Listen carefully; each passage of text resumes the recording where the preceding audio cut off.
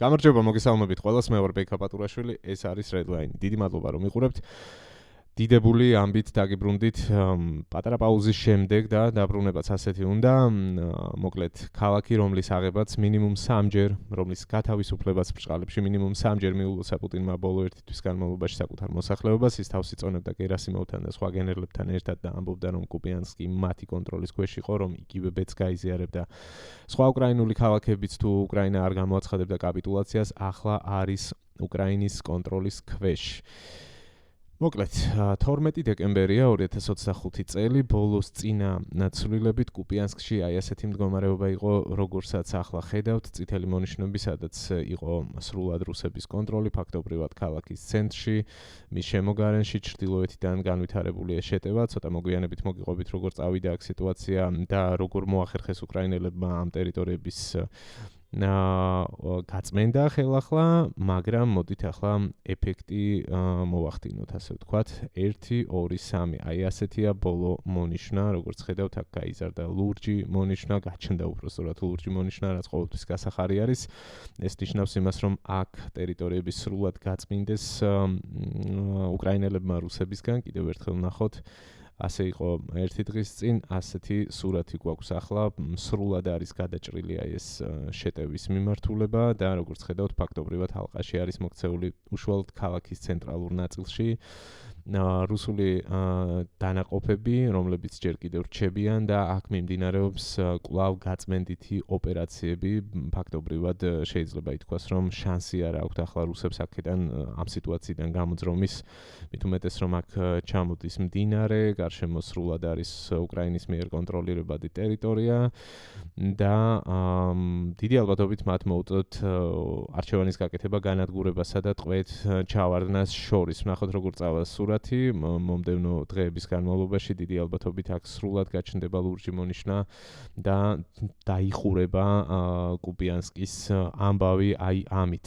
თუმცა ეს ყველაფერი არ არის ფრონტზე მიმდინარე პროცესები ცხადია, ძალიან მჭიდრო კავშირში არის განსაკუთრებით ახლა უკრაინის პოლიტიკურ დიპლომატიურ ფრონტთან. ეს ამბავი არის დიდი დარტყმა რუსეთის პროპაგანდისტვის და პირადად პუტინისთვის პოლიტიკური თვალსაზრისით და ეს ყველაფერი ძალიან კარგად ესმით უკრაინაში და ეს ყველაფერი ძალიან კარგად ესმის პირველ რიგში პოლიტიკურ ხელმძღვანელობას ესმის ვოლოდიმირ ზელენსკის, რომელმაც დრო არ დაკარგა და უკვე სულ რამდენიმე საათის წინ ის ეწვია ქალაქ კუპიანსკს და იქიდან გაავრცელა ვიდეო მიმართვაც. მოდით ვნახოთ ახლა ეს კადრები, ერთად მოვისმინოთ ზელენსკის განცხადება და შემდეგ კიდევ მეც მოგიყვებით ზელენსკის აქ ჩასვლასთან დაკავშირებით. Бажаю здоров'я. Сьогодні Куп'янський напрямок, наші воїни, які тут досягають результатів для України. Багато росіяни говорили про Куп'янськ. Ми бачимо, я привітав хлопців, дякую кожному підрозділу, всім, хто б'ється тут, всім, хто знищує окупанта. Сьогодні надзвичайно важливо досягати результатів на фронті, щоб Україна могла досягати результатів в дипломатії. Саме так це працює. Всі наші сильні позиції всередині країни, сильні позиції в розмові щодо закінчення війни. Дякую кожному воїну. Пишаюся вами, дякую всім нашим сухопутним військам. Сьогодні виключно ваш день. Дякую, хлопці, слава Україні! კმაყოფილია ზელენსკი და ამის მიზეზი უდავდა აქვს. უკრაინულ ენაზე იყო მიმართვა, ამიტომ დაუბრუნდეთ თარგმანს პირველ რიგში, რა თქვა ამ ვიდეო მიმართვაში და შემდეგ შევეხოთ უკვე სხვა არანაკლებ საინტერესო დეტალებს. მოკლედ, აქ არის ინგლისური ვერსია ტექსტის, ვიდეო ჩანაწერის სკრიპტი არის, ასე ვთქვათ. აქ ზელენსკი ასეთ რამეს ამბობს, რომ ჩვენ დღეს ვართ კუპიანსკის მიმართულებაზე, ჩვენი მებრძოლები აღწევენ მნიშვნელოვან შედეგებს უკრაინისთვის. ძალიან ბევრი რუსი საუბრობდა კუპიანსკის შესახებ და ჩვენ ვხედავთ ახლა რაც ხდება. მე ვიყავი იქ, მივულოცე ბიჭებს. დიდი მადლობა ყველა შენაერთს, ყველას, ვინც იბრძვის აქ, ყველას, ვინც ანადგურებს ოკუპანტებს. დღეს განსაკუთრებით მნიშვნელოვანი არის შედეგების მიღწევა ფრონტის ხაზზე იმისთვის რომ უკრაინამ მიიღოს შედეგები დიპლომატიაში აი ასე მუშაობს ესო ამბობს ზელენსკი ჩვენი ძლიერი პოზიციები განსაზღვრავს ძლიერ პოზიციებს მოლაპარაკებებში იმისათვის რომ დასრულდეს ომი დიდი მადლობა ყველა სამხედროს მე თქვენით ვამაყობ დიდი მადლობა სახმელეთო ძალებს დღეს უდაოდ არის თქვენი დღე დიდი მადლობა ბიჭებო დიდება უკრაინას აი ასეთი იყო ზელენსკის მიმართვა და აქ მე მინდა რომ კიდევ რამდენიმე დეტალზე გავამახვილო ყურადღება ალბათ დაკვირვებული ყური შეამჩნევდა რომ აქ ისმოდა აფეთქებების ხმა როგორც ხედავთ ფონზე არის ასევე კუპიანსკის წარწერა ეს არის ქალაქის ერთ-ერთი შესასვლელი და ახლა მოდით ვისაუბროთ თუ სად არის ეს ვიდეო ჩაწერილი უკვე გავრცელდა ზუსტი კოორდინატები მათ შორის აი ასეთი ვიზუალითაც Telegram არხებზე აი აქ არის მონიშნა წერტილი სადაც ზელენსკის ვიდეო არის ჩაწერილი ეს არის კუპიანსკის ცენტრი მთავარი გზაჯვარედინი და საკმაოდ ახლოს ხდება ეს ყველაფერი უფრო მეტად რომ შევიქმნა წარმოდგენა კოორდინატების მიხედვით მოძებნე Google-ის რუკაზე ეს ადგილი და აი აქ არის სადაც არის დასმული პინი ეს არის გზაჯვარედინი ეს არის ქალაქ კუპიანსკის ცენტრი სობოლივკადან სამხრეთ აღმოსავლეთ ნაწილში. დაიმახსოვრეთ ეს ადგილი, დაუბრუნდეთ ახლა Deep State-ის რუკას და ვნახოთ სად არის ეს მონიშნა გაკეთებული. მოკლედ, დაგვირდით იგივე ტერიტორია, იგივე გზაჯვარედინი და ვიდეო ჩაწერილი არის დაახლოებით აი ამ ადგილას. რატომ ამახვილებ ახლა ამაზე ყურადღებას? აი ეს გზაჯვარედინი არის, სადაც ქუჩა შედის და მოდით გავზომოთ მანძილი რა დაშორებით არის ეს ვიდეო ჩაწერილი შესაბამისად სად იდგა უკრაინის პრეზიდენტი მაშინ როდესაც ვიდეო მიმართვას ავრცელებდა 590 მეტრი ნაცრისფერი ზონიდან ნაცრისფერი ზონა შეგახსენებთ ნიშნავს იმას რომ აქ არ არის სრულად გაწმენდილი ეს ტერიტორია და შესაძლოა რომ აქ ნებისმიერ წერტილში იყოს რომელიმე რუსი სამხედრო 590 მეტრში უკრაინის პრეზიდენტისგან და ნახოთ ასევე დისტანცია უშუალოდ წითელ ზონასთან, ანუ იმ ადგილთან, სადაც დანამდვილებით ფიქსირდება რუსი სამხედროების ყოფნა. 1 კილომეტრი და 290 მეტრი. რა შეგვიძლია ამაზე ვთქვათ? პირველ რიგში ეს ნაბიჯი ზელენსკის წარმოაჩენს როგორც გამბედავ ლიდერს, რომელიც არ ერიდება რისკებს, ჩადის საბრძოლო მოქმედებების ზონაში, ახლო კონტაქტში არის უშუალოდ პირად შემადგენლობასთან, სამხედროებთან პირადად ულოცავს მათ მიღწეულ წარმატებას და გარდა ამისა, აი ამის დემონსტრირების გარდა, რაც ცხადია, ძალიან რეზონანსული იქნება და ამას ყველა ერთად ვნახავთ. ეს კადრები მოივლის ალბათ არა მარტო სოციალურ ქსელებს, ძალიან ბევრ გავლენიან მედია საშუალებას. მეორეს მხრივ ეს ამბავი გვაძლევს კარგი შედარების საშუალებას პუტინთან და მის ანალოგიურ ქცევებთან. და აქაც 10 თავით მაღლა დგას ამ შემთხვევაში ზელენსკი და ამის დემონსტრირებას აკეთებს სწორედ როგორც წესი, როდესაც პუტინი ჩნდება ხოლმე სამხედრო ფორმაში, ის ზის სადმე ბუნკერში, დაცულ ადგილას, გენერლების გარემოცვაში, ან კიდევ მაქსიმუმ რამდენიმე ათეული კილომეტრის დაშორებით ჩადის რომელიმე სამხედრო ბაზაზე ან რუსების კონტროლირებად ტერიტორიაზე ფრონტიდან რამდენიმე ათეული კილომეტრის დაშორებით. ძალიან შორს რეალური საბრძოლო მოქმედებებიდან და ეს ყველაფერი ცალსახაა რამხელა განსხვავება არის ამ შემთხვევაში ზელენსკისა და პუტინის შორის, თუნდაც აი ამ პიარის თვალსაზრისით. ზელენსკის მხრიდანაც ეს ნაბიჯი ცხადია რომ არის პიარსვლა, მაგრამ არის გაცილებით უფრო ეფექტური პიარსვლა, ვიდრე ამას აკეთებს ხოლმე პუტინი ანალოგიურ სიტუაციებში ერთის მხრივ და არის ძალიან დროული და ძალიან საჭირო აი ასეთი დემონსტრაციული ქმედება. როგორც ფრონტის ხაზზე სამხედრო მოქმედებების თვალსაზრისით, ასევე პოლიტიკურად ეს იყო ჰაერივით საჭირო ახლა უკრაინისთვის აი ესეთი წარმატება, იმიტომ რომ მივაქციოთ ყურადღება რა ხდებოდა მანამდე, რა გზავნილები ისმოდა რუსეთის მხრიდან, რა გზავნილები ისმოდა მათ შორის უკრაინის პარტნიორების მხრიდან, პირველ რიგში შეერთებული შტატებიდან, ხო? რუსები ამბობდნენ, რომ მთელ ფრონტის ხაზზე ინიციატივას ისინი ფლობენ, აზრი არ აქვს უკრაინის წინააღმდეგობას, უკრაინა განწირული არის, ისინი მაინც დღეს თუ ხვალ აუცილებლად დაიკავებენ დონბასს, ამიტომ ჯობია რომ უკრაინა უბრალოდ დანებდეს და უბრძოლველად გამოვიდეს დონეცკიდან და ამ შემთხვევაში დონეცკზე არ ვსაუბრობთ, ხარკოვზეა და კუპიანსკზე საუბარი, თუმცა მთლიანობაში ასე ამბობდნენ ყველა სექტორში ინიციატივას ხაზს უსვამდნენ, გამარჯვებულის პოზიციიდან საუბრობდნენ ისინი და ამასვე იმეორებდა პრინციპში ტრამპიც, ხო? ტრამპიც ამბობდა რომ უკრაინას კარტები არ აქვს, უზარმაზარზე წოლას ახდენენ ისინი ზელენსკიზე იმისთვის რომ ხელი მოაწეროს კაპიტულანტურ ეგრეთ წოდებულ სამშვიდობო გეგმას. ეს ამბავი აი ახლა სწორედ ის რომ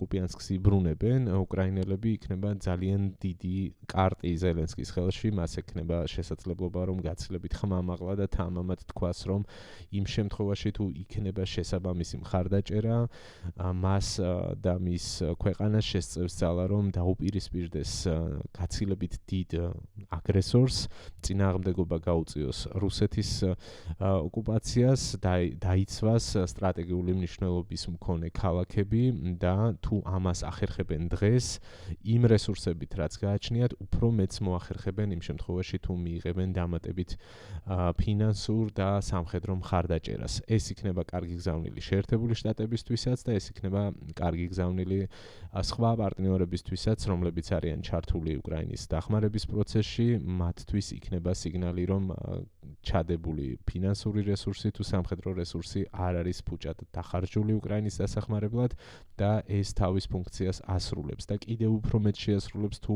მეც გაიღებენ ისინი არა მხოლოდ უკრაინის უსაფრთხოებისთვის, არამედ თავისივე უსაფრთხოებისთვისაც, იმიტომ რომ ყველა საბოლოოდ შეთანხმდა იმაზე, რომ უკრაინა არის მთავარი დამცავი ფარი რუსეთის აგრესიისგან ევროპისთვის და თუ ისინი დადგებიან მყარად, არც ევროპელების უსაფრთხოებას შეექმნება რისკები. აი ამის თქმა შეიძლება დამატებით ამაზე. მოდით ახლა კუპიანსკის შესახებ რომ ამოვწუროთ ინფორმაცია, შევეხოთ თუ სად რა ხდებოდა ბოლო პერიოდის განმავლობაში, ცოტათი უკან გადავიდეთ, პრინციპში ერთი დღით უკან გადასვლაც საკმარისი არის, რომ ნახოთ რა იყო ბოლო სურათი, ესე იგი რას აკეთებდნენ უკრაინელები ბოლო პერიოდის განმავლობაში, იმისთვის რომ მიეღწიათ აი ამ შედეგისთვის რაც დადგა. უკრაინელების სტრატეგია იყო, რომ გადაეჭრათ ჩრდილოეთიდან მომარაგების ხაზები რუსებისთვის. იქიდან გამომდინარე, რომ აი აქ ჩამოდის მდინარე ოსკილი და აქ ლოგიკურად ერთადერთი გზა შეტევაც პრინციპში ასე განვითარდა, ხო? აქედან წამოვიდა, მათ გადაკვეთეს რუსებმა მდინარე ოსკილი, გადავიდნენ დასავლეთ ნაწილში და აქედან წამოიწყეს სწორედ სულ კუპიანსკის ცენტრისკენ. შესაბამისად, უკრაინელების ამოცანა იყო აი ამ მომარაგების ხაზების გადაჭრა და სწორედ ამ მიზნით მათ შეტევები დაიწყეს დასავლეთი მიმართულებიდან. აი აქ, აი ამ მიმართულებებზე და ასევე ამ მიმართულებებზე მიმდინარეობდა აქტიურად დარტყმები მომარაგების ხაზებზე. საბოლოოდ ამან როგორც ხედავთ, შედეგი გამოიღო, დაახლოებით 2-3 კვირის წინ უკვე ვრცელდებოდა ცნობები იმის შესახებ, რომ აი აქ კუპიანსკში მოყოფი რუსი სამხედროების მდგომარეობა არ იყო მსახარბიელო. მათ ვერ მიეწოდებოდათ საჭირო რაოდენობის საბრძოლო მასალა, თუმცა ამის მიუხედავად პუტინი და გერასიმოვი მაინც ამტკიცებდნენ, რომ კუპიანსკში ყველაფერი რიგზე იყო.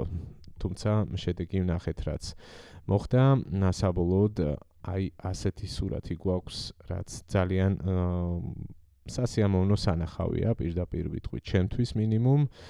იმედია ძალიან არ განაწყენდებიან და მინიმუმ გაჩუმდებიან რუსეთის მხარდამჭერები, ბოტები, ტროლები და ასე შემდეგ, რომლებიც ხშირად მესევიან ხოლმე, შეგიძლიათ აქტიურად უპასუხოთ ეგეთ ხალხს. ბოლოს მოდი ვთქვათ, რა რჩება საბოლოოდ კუპიანსკის გაწმენდამდე, როგორც ხედავთ.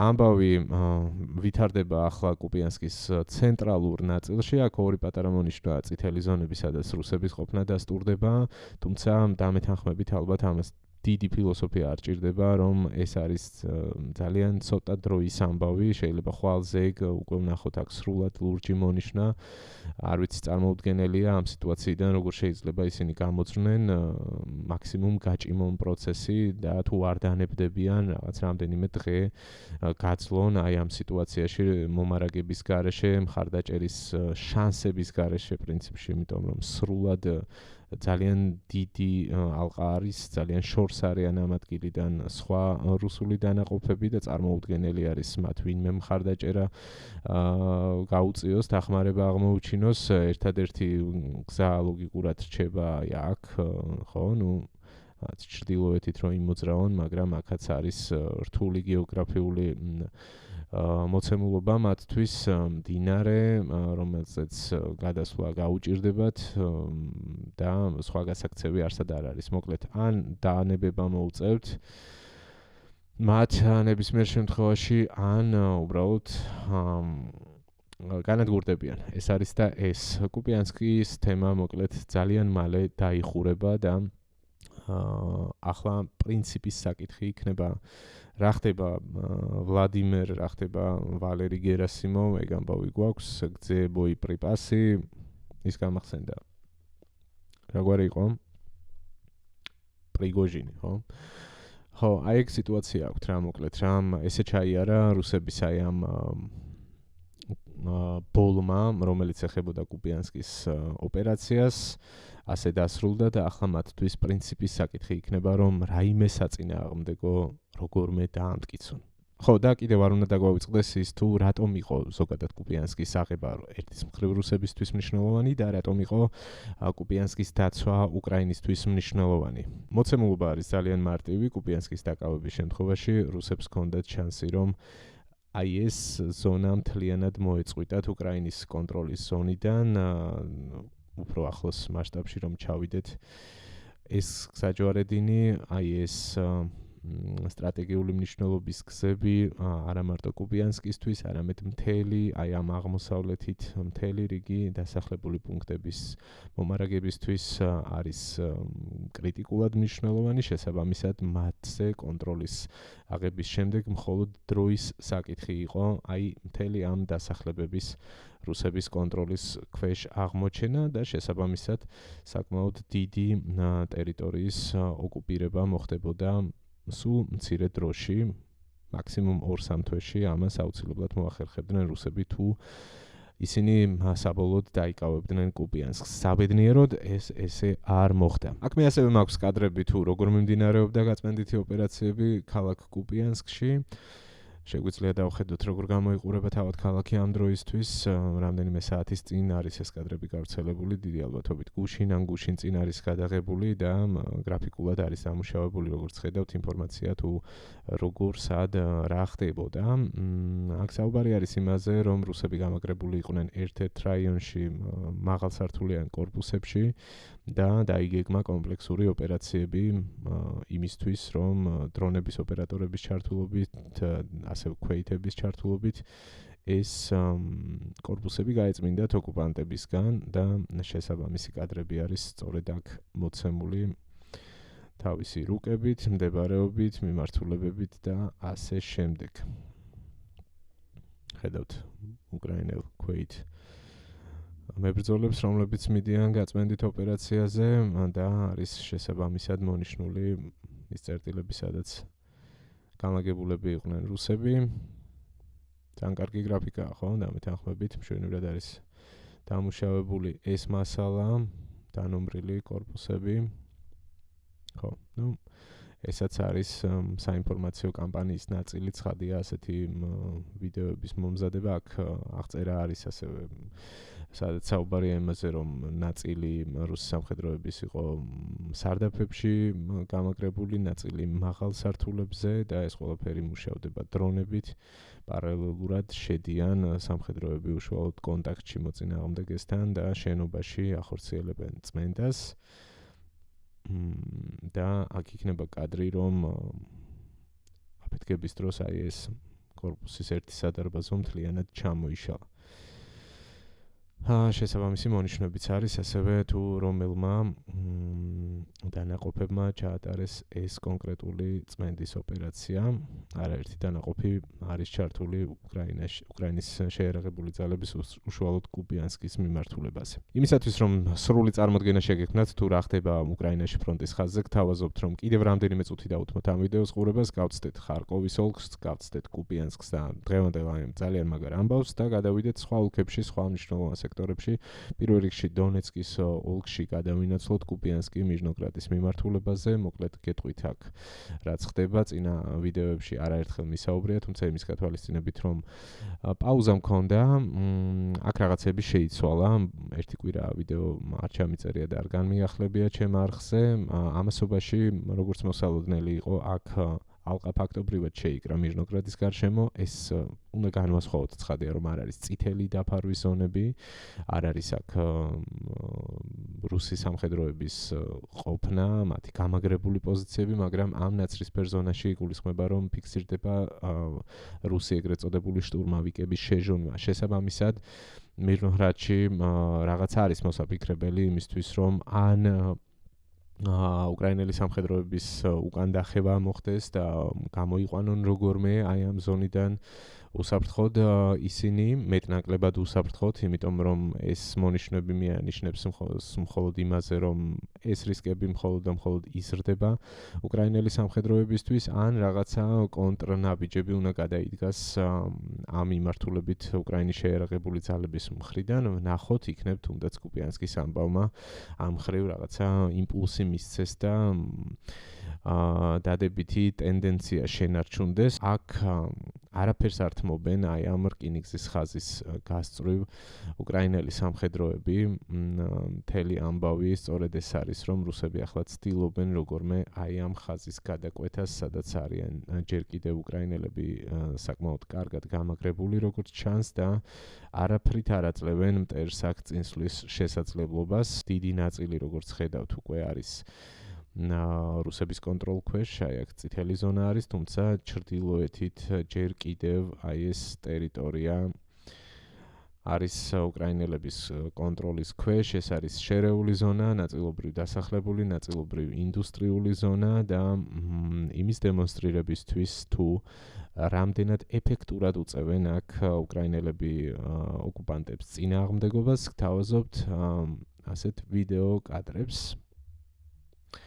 10 დეკემბრის მასალა არის პოკროვსკში, სწორედ სარკინიგზო ხაზთან, ხაზის გადაკვეთა გადაწყვიტეს რუსებმა, რომელიც საბოლოოდ ძალიან ცუდ დღეში აღმოჩნდნენ, მთელი კოლონა განადგურდა, უამრავი ჯავშან ტექნიკა, მსუბუქი ტექნიკა და ასევე ცხადია დიდი რაოდენობით ცოცხალი ძალა აი ამ წარუმატებელი შეტევის დროს. რაღაც მომენტებში გავწყვეტ აუცილებლად ამ ვიდეოებს ჩავჭრი, ასე ვთქვათ, იმიტომ რომ სენსიტიური მასალაა და YouTube არ გვაძლევს ამის საშუალებას, რომ ბოლომდე გაჩვენოთ ხოლმე აი ასეთი მასალები, თუმცა შთაბეჭდილება პრინციპში შეგექმნებათ, როდესაც ამ კადრებს უყურებთ თუ რა მოხდა აი ამ ზონაში. დრონებით, артиლერიით ძალიან ინტენსიური ცეცხლის ქვეშ მოექცნენ რუსი შტურმავიკები და საბოლოოდ მათი მცდელობა 100%-ით წარუმატებელი გამოვიდა. აი აქ გავაჩერებ უკვე ესეთი კადრები მოდის. კიდევ არის სხვა მასალაც, ძალიან ეფექტური კადრები იყო და ამასაც გაჩვენებთ ნაწილობრივ ასევე.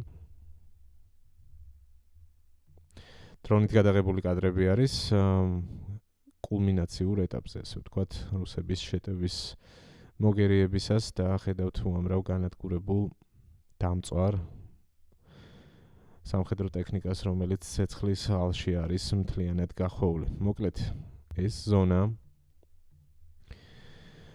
რუსებისთვის ჯერ კიდევ გადაულახავი და აუღებელი რჩება. ჯერჯერობით უკრაინელები ახერხებენ აქ ძალიან დიდი სხვაობის მიუხედავად ცოცხალ ძალაში და ტექნიკაში, გულისხმობ ძალიან დიდი სხვაობის მიუხედავად ახერხებენ მტრის შეკავებას. ნახოთ როგორ წავა პროცესი, ყველაზე საყურადღებო არის ცხადია მირნოჰრადი, აი ეს ამბავი რომ გარშემო აქ ნაცრისფერი ზონა არის, ყოველდღიურად უამრავი რუსი სამხედრო შეჟონვა ხდება იქ, სადაც ეს შესაძლებელია, რიგ შემთხვევაში თითო ან ორ კაციანი ჯგუფებით ისინი შედიან ჯერ იკავებენ არ აქვს მნიშვნელობა სად რაღაც პოზიციას, შემდეგ ელოდებიან დამხმარე ჯგუფებს იმისთვის რომ მოაწყონ საყრდენი პუნქტები და ნელ-ნელა ასე შექმნან საფუძველი იმისთვის რომ ძირითადი უფრო დიდი მოცულობის ჯგუფების გადაადგილება მოხდეს და რუსებმა გააფართოვონ თავისი დაფარვის ზონა. თუმცა აი ამ პატარა ჯგუფების შეჟონვის გარდა დიდი კოლონებით წინსვლას კვლავ ვერ ახერხებენ რუსები, მაგრამ ამას ჭიუტად ცდილობენ, არ წყვეტენ მცდელობებს, მიუხედავად იმისა, რომ უდიდეს დანაკარგებს განიცდიან ყოველდღიურად ასობით რუსი სამხედრო ეწირება აი ამ სახორცე, ეგრეთ წოდებულ სახორცე შტურმებს. გადავინაცვლოთ სხვაგან აქ მნიშვნელოვანი სიახლე უკავშირდება დონეცკის ოლქში, ასევე სამწუხარო ამბავია, რომ სივერსკში არ არის საქმე კარგად, ბოლო დღების განმავლობაში აქ ძალიან დამძიმდა სურათი, ესე იგი, აი დაახლოებით 5 დეკემბრის შემდეგ, კი ბატონო, 4 დეკემბრის შემდეგ აქ დრამატულად შეიცვალა მოცემულობა. ახლოს იყვნენ 4 დეკემბერს ქალაქთან, მაგრამ აი შემდეგ დღეებში უკვე ძალიან დიდი ნახტომი გვაქვს, როგორც ხედავთ, 6, 8 დეკემბერი, 9 დეკემბერი, 10, 11 და დღეისათვის ასეთი მოცემულობა გვაქვს, რომ ნახევარზე მეც უკვე რუსები აკონტროლებენ და დანარჩენი ქალაქი სრულად არის ნაცრისფერ ზონაში მოქცეული. ცხადია, რომ ეს არ არის რაღაც დიდი დასახლებული პუნქტი, პატარა ქალაქია, თუმცა ძალიან სწრაფად დაიკარგა ეს ქალაქი და ეს გარკვეულ კითხვებს აჩენს. რა შეიძლება ვთქვათ? არ არის კარგი ამბავი, მაგრამ არც ისეთი კატასტროფა არ მომხდარა. უკრაინის შეიარაღებული ძალები დონეცკის ოლქში ჯერ კიდევ მყარად დგას ყველა სტრატეგიული მნიშვნელობის მქონე ქალაქში. რუსებს არანაირად არ აქვთ იმისი თქმის საფუძველი, რომ ისინი სტრატეგიულ წარმატებას აღწევენ დონეცკის ოლქში, რომ უკრაინის წინააღმდეგობას აზრი არ აქვს და ჯობია რომ უბრალოდ ზელენსკიმ რაღაც ფურცელს მოაწეროს ხელი და ასე უბრძოლველად აჩუქოს დონეცკის ოლქი რუსებს, რომელიც არის ყველაზე ძლიერად გამაგრებული თავდაცვის ხაზი უკრაინისთვის. ეს ასე არავითარ შემთხვევაში არ მოხდება, ამას ამბობს უკრაინის სამხედრო ხელმძღვანელობას და უკრაინის პოლიტიკური ხელმძღვანელობაც ზელენსკის მეთაურობით, ასე ვთქვათ. ტერიტორიული დათმობები არ იქნება. დანარჩენი ეს პოლიტიკური პროცესი კი მუდმივად ცვალებადი არის. ამაზე მე მგონია, რომ ამ ვიდეოში აღარ ღირს, ახლა გაგრძელება, ამას ცალკე ეპიზოდი აუცილებლად უნდა მიეძღვნას, რა ხდება დიპლომატიურ ფრონტზე, როგორც ცდილობს პუტინთან სინქრონში ტრამპი, რომ გაწნეხოს ზელენსკი და წაიყვანოს აი ამ ტიპის დათმობებზე, ტერიტორიულ დათმობებზე და ასე შემდეგ. საინტერესო ასევე არჩევნების თემა, რომელიც წამოიწია სწორედ ზელენსკის გაწნეხვის მიზნით, თითქოს უკრაინაში არ არის დემოკრატია, რომ აქ დიდი ხანია არჩევნები არ ჩატარებულა და ასე შემდეგ. ამაზე საინტერესო პასუხი ჰქონდა თავად ზელენსკისაც. იმის შესახებ თუ რამდენად მზად არის ის ჩაატაროს ქვეყანაში არჩევნები და რა შემთხვევაში არის მზად, მოკლედ ამ თემებზე უკვე შემდეგ ეპიზოდში მოგიყვებით. ამ ეტაპზე მოდი ამით დავასრულოთ. დიდი მადლობა ყურადღებისთვის. თუ მოგეწონათ ვიდეო და ამ დრომდე უყურეთ, დაალაიქეთ. ყველაზე მარტივი რაც შეგიძლიათ გააკეთოთ ეს არის ლაიქის დასმის შემთხვევაში ალგორითმს ეუბნებით, რომ ეს კარგი ვიდეოა და უფრო მეტ ადამიანს ამოუგდებს. სულ ეს არის მთელი ამ დალაიქების ფილოსოფია, თქვენთვის ძალიან მარტივი საქმეა და რეალურად ძალიან სასარგებლო საქმე არის კონტენტის განვითარებისთვის, ამ არხის განვითარებისთვის. თუ არ ხართ გამომწერები, გამოიწერეთ. ვეცდები რომ არ მოგაკლოთ ხოლმე საინტერესო ინფორმაცია და საინტერესო ვიდეოები და დამეხმარეთ აუდიტორიის ზრდაში, ჩართეთ ასევე subscribe-ის დაჭერის შემდეგ არის ხილაკი, მონიშნა რომ მოგივიდეთ შეტყობინებები, როდესაც შემდეგი ვიდეო დაიდება ამ არხზე და თუ უფრო მეტის გაკეთება გსურთ იმისთვის, რომ მხარი დამიჭიროთ, შეგიძლიათ ჩაერთოთ დონაციაში. ამისთვის რამდენიმე ვარიანტი არის მოცემული, ვიდეოს აღწერაში არის ლინკები, არის PayPal-ის ლინკი, არის ანგარიშის ნომერი და არის ასევე Patreon-ის პლატფორმის ლინკი, რომელიც ცოტა ხნის წინ გავაკეთე, უკვე 2 სპონსორი მყავს და ან მიხარია. თითოეულ მათგანს, ორივე მათგანს პირადად გადაუხადე მადლობა და კიდევ ერთხელ გადაუხდი ამ ვიდეოშიც მადლობას და შეგიძლიათ რომ გახდეთ მესამე, მეოთხე, ან უკეთეს შემთხვევაში მეტიც. ეს ხადია თქვენზე არის დამოკიდებული და იმაზეა დამოკიდებული, რამდენად მოგწონთ ეს ვიდეოები, რასაც მე გთავაზობთ ხოლმე. რამდენად მნიშვნელოვნად მიგაჩნიათ ჩემი საქმიანობა, ამ შემთხვევაში შეგიძლიათ რომ Patreon-ზე მაგალითად ძალიან მარტივად გახდეთ ჩემი სპონსორი, გადახვიდეთ, ჩართოთ რომ თქვათ თვეში შეგიძლიათ გაიღოთ $5 ან მეტი სურვილის შემთხვევაში ცხადია და სულ ეს არის თქვენთვის ძალიან პატარა თანხაა შეიძლება, მაგრამ ეს პატარა შემოწირულობები არის საბოლოოდ ძალიან დიდი საქმე და ჩემი ამოცანაც ეგ არის რომ ეს არხი და ის დრო რომელსაც აი ამ ყველაფერს უთმობ გახდეს თავისთავი ანაზღაუროს, ასე ვთქვათ, თვითმყოფადი გახდეს ეს კონტენტი და არ იყოს მხოლოდ დაფუძნებული ჩემს ენთუზიაზმზე. რამაც 1 წელი გაქაჩა უკვე და 1 წელზე მეტია ვაკეთებ ამ არხს. ხო, სულ ეგ იყო. დიდი მადლობა, მოკლედ ჩაერთეთ დონაციაში, დიდი მადლობა მხარდამჭერებს, დიდი მადლობა გამომწერებს, მოგიკითხავთ ყველას და დაელოდეთ შემდეგ ვიდეოს. ნახვამდის.